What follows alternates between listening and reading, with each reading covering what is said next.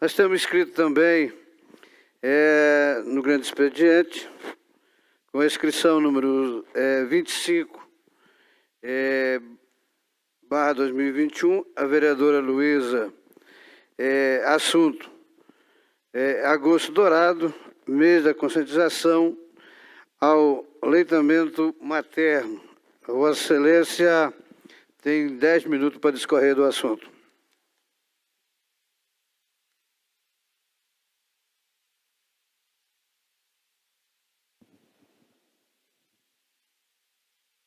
Boa noite a todos, meus colegas vereadores, servidores presentes, todo o público que nos acompanha de maneira presencial e também de maneira virtual. E eu fiz essa inscrição no grande expediente para tratar desse assunto, um dos assuntos do agosto, que traz uma data de conscientização. Semana que vem a gente vai estar tratando de outro tema de grande relevância também, mas hoje eu separei esse momento para falar do agosto dourado. E eu acho que nós, enquanto município do Mato Grosso, deveríamos trazer com um olhar mais cuidadoso esse tema, porque o dispositivo legal que regulamenta o Agosto Dourado de 2017 foi feito, foi uma iniciativa de um matogrossense, que inclusive é servidor do Estado de Mato Grosso, que está hoje encabeçando essa temática, e é o mês de conscientização ao aleitamento materno. É uma pauta minha, sinto que é minha também por ser representante das mulheres aqui, mas é uma pauta de todos nós. Porque quando a gente pensa em aleitamento materno, a gente não pensa só na mãe que amamenta e no filho que é amamentado, mas nós pensamos em toda a rede de apoio. E não é um assunto que implica a nós só por sermos rede de apoio. Nós, enquanto legisladores, vereadores, nós temos vários dispositivos legais que regulamentam o aleitamento e incentivam isso. E eu queria tratar sobre esses temas aqui hoje também. Então, o primeiro ponto a ser tratado, que é óbvio, que é o ponto de saúde, o aleitamento materno, ele incentiva o contato mãe e filho, ele traz uma economia, tendo em vista o consumo e a produção de fórmulas. Ele é um alimento completo, exatamente completo, no mínimo até os 6 meses de vida, que é o recomendado pela Sociedade Brasileira de Pediatria e também pela Organização Mundial da Saúde, que deve ser feito o aleitamento no mínimo 6 meses de amamentação exclusiva, e a indicação é 2 anos. E é importante trazer isso aqui também pelo preconceito que há ainda com relação a essa pauta, da mãe que amamenta em público, e traz uma forma de constrangimento, muitas vezes, por estar realizando isso em ambientes sociais, em ambientes de trabalho, em ambientes familiares, e mesmo assim ainda é sim um ponto de constrangimento nesses locais, e a gente tem que desmistificar muito isso. É um ponto importante de saúde, não só pela parte nutricional, mas também pela parte psíquica, pela parte motora, pela parte até de fonoaudiologia. Eu tive a oportunidade de me deparar com um estudo científico muito interessante na Universidade Federal de Goiás, onde eu me formei, de uma colega que era fonoaudióloga, que estava fazendo o meu programa de pós-graduação, a análise do frênulo da língua dos bebês que eram amamentados. Então, essa pauta é muito mais ampla no quesito de saúde coletiva e saúde pública do que nós imaginamos. Então, esse ponto de saúde é óbvio, em alguns pontos, e outros nos surpreendem, continuam nos surpreendendo. Por isso que esse assunto de amamentação não é um assunto de hoje, mas é um assunto que tem ganhado mais visibilidade pelos dados científicos agregados a ele. E o segundo ponto que eu quero trazer aqui é essa parte de sustentabilidade, que tem dados muito interessantes de mães que encabeçam essa pauta, só para a gente ter uma noção. Na fabricação e distribuição das fórmulas estão envolvidos vários custos ambientais. A emissão de CO2 para cada quilo de fórmula equivale a 44 quilômetros rodados por um carro. O custo ambiental de um bebê alimentado exclusivamente por fórmula artificial por 6 meses equivale, parece dados tão... uma comparação um pouco incoerente, mas isso traz um dado mais palpável para nós. Então, um bebê alimentado, o custo ambiental de um bebê alimentado por fórmula equivale a carregar um celular 25.500 vezes.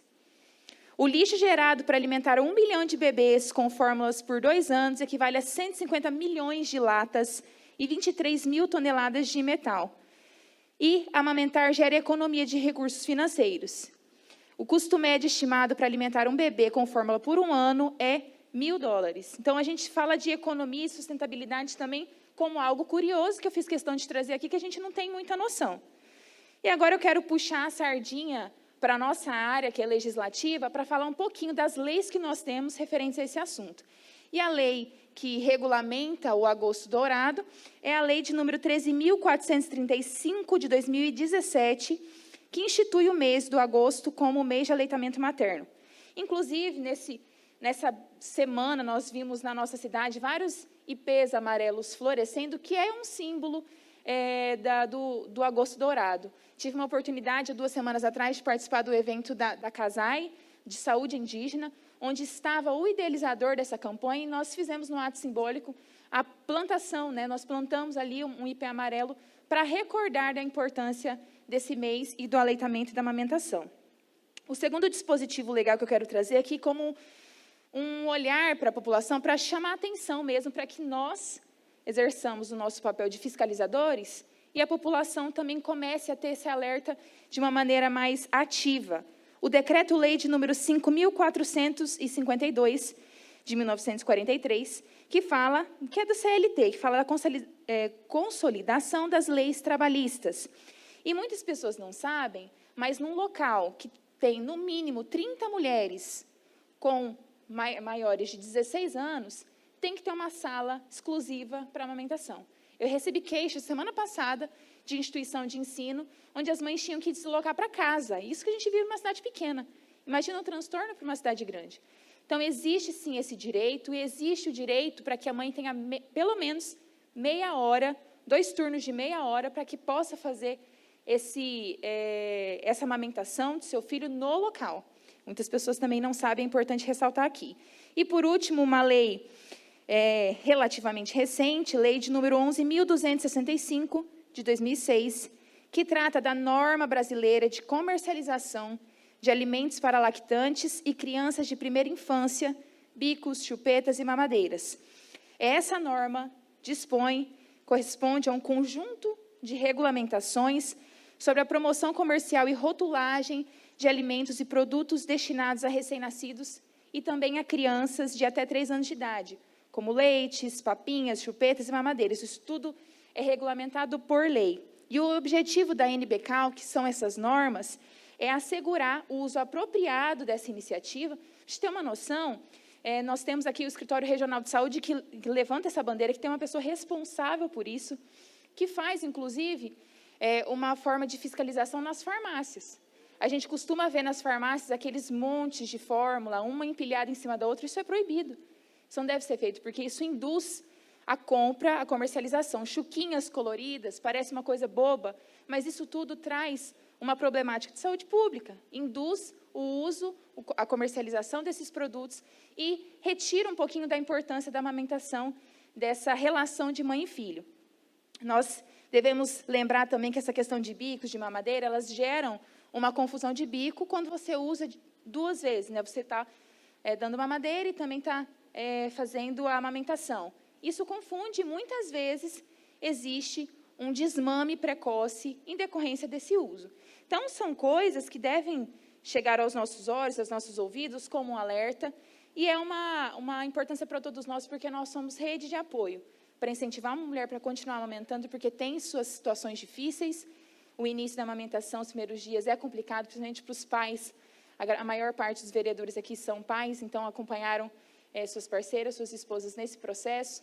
Então, eu gostaria da atenção mesmo e que nós incentivássemos nas nossas unidades de saúde a, de fato, colocar isso como um ativo e termos profissionais, que é também um papel nosso, que saibam como orientar essas mães. Então, acho que é um momento curto, é um momento sensível, e a gente também tem que usar a sessão plenária e a tribuna aqui para falar desse tipo de pauta. Então, são essas minhas palavras, senhor presidente, eu agradeço.